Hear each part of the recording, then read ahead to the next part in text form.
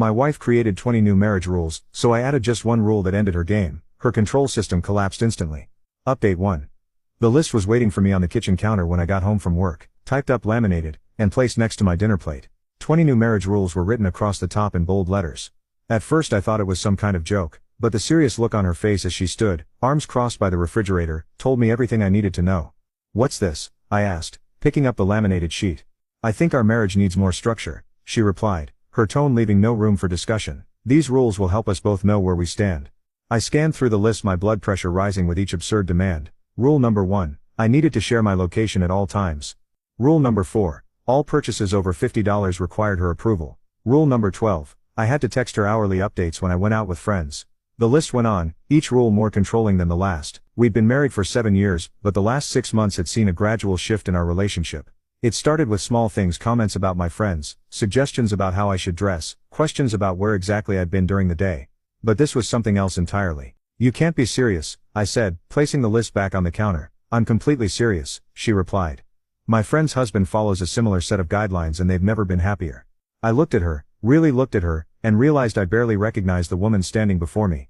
The person I'd married was supportive, kind, someone who valued my independence as much as I valued hers.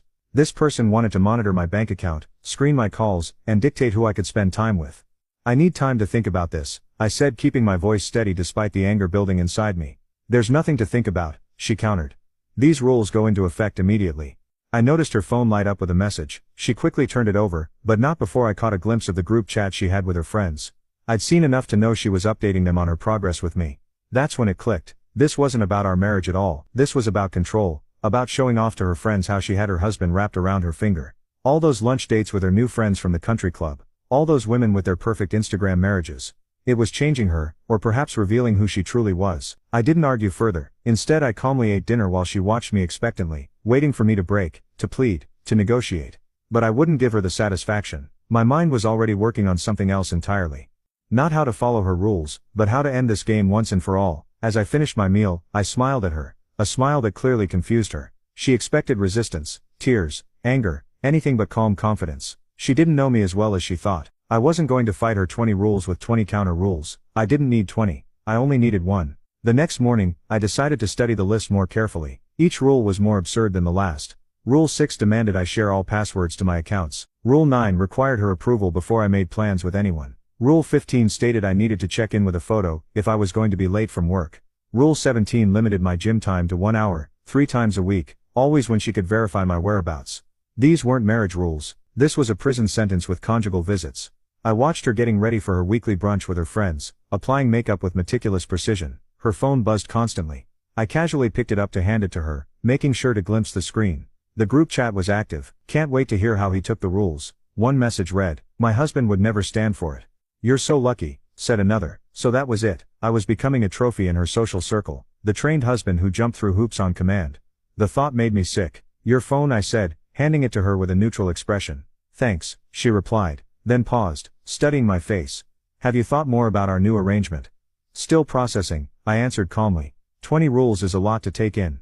She seemed pleased by my apparent submission. "You'll see, this will make our marriage stronger." After she left, I sat down and analyzed the situation strategically. This wasn't just about control, it was about public perception. She wanted to show her friends she could domesticate her husband completely. The question was, when had our equal partnership become this power struggle? I recalled how 6 months ago she'd started spending time with the wives of her boss and his business partners. Women who boasted about controlling their husband's every move. Women who measured their worth by how thoroughly they could dictate their marriages. My wife had always been independent and respectful of boundaries. Now she was becoming someone else entirely. I decided to play along temporarily. That evening, I acted contemplative, but not confrontational. I let her believe I was considering her demands.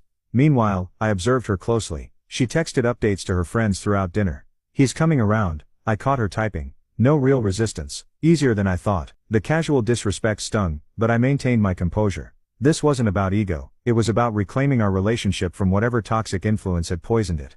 Over the next 2 days, I watched as she started enforcing small rules. She reminded me to share my location. She questioned a $60 purchase I'd made. She called twice when I was having lunch with a colleague. Each time I responded with minimal resistance, enough to seem like myself, but not enough to trigger a confrontation. All the while, I was formulating my response. I knew that arguing against each individual rule would bog me down in endless negotiations where she held all the power. I needed something simpler, something elegant, something that would cut through the entire charade at once. On the third night, as we sat down for dinner, she placed a rule violation notepad beside my plate. Another new addition to track my infractions.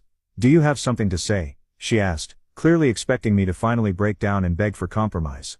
"Actually," I said, meeting her gaze steadily, "I've been thinking about your rules quite a bit, and I've decided to add one of my own." Her eyebrows shot up with surprise, then narrowed into a suspicious glare. "Your rule?" she asked, as if the concept was completely foreign. "That wasn't part of the plan.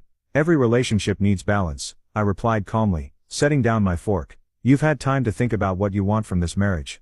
I've had time to consider what I want too." I could see the calculations happening behind her eyes, trying to determine if fighting this would cause a bigger scene than she wanted. After all, her whole strategy depended on maintaining the illusion that I was willingly accepting her control. "Fine," she said finally, crossing her arms. "What's your one rule?" Now you can watch the second part by pressing share and more.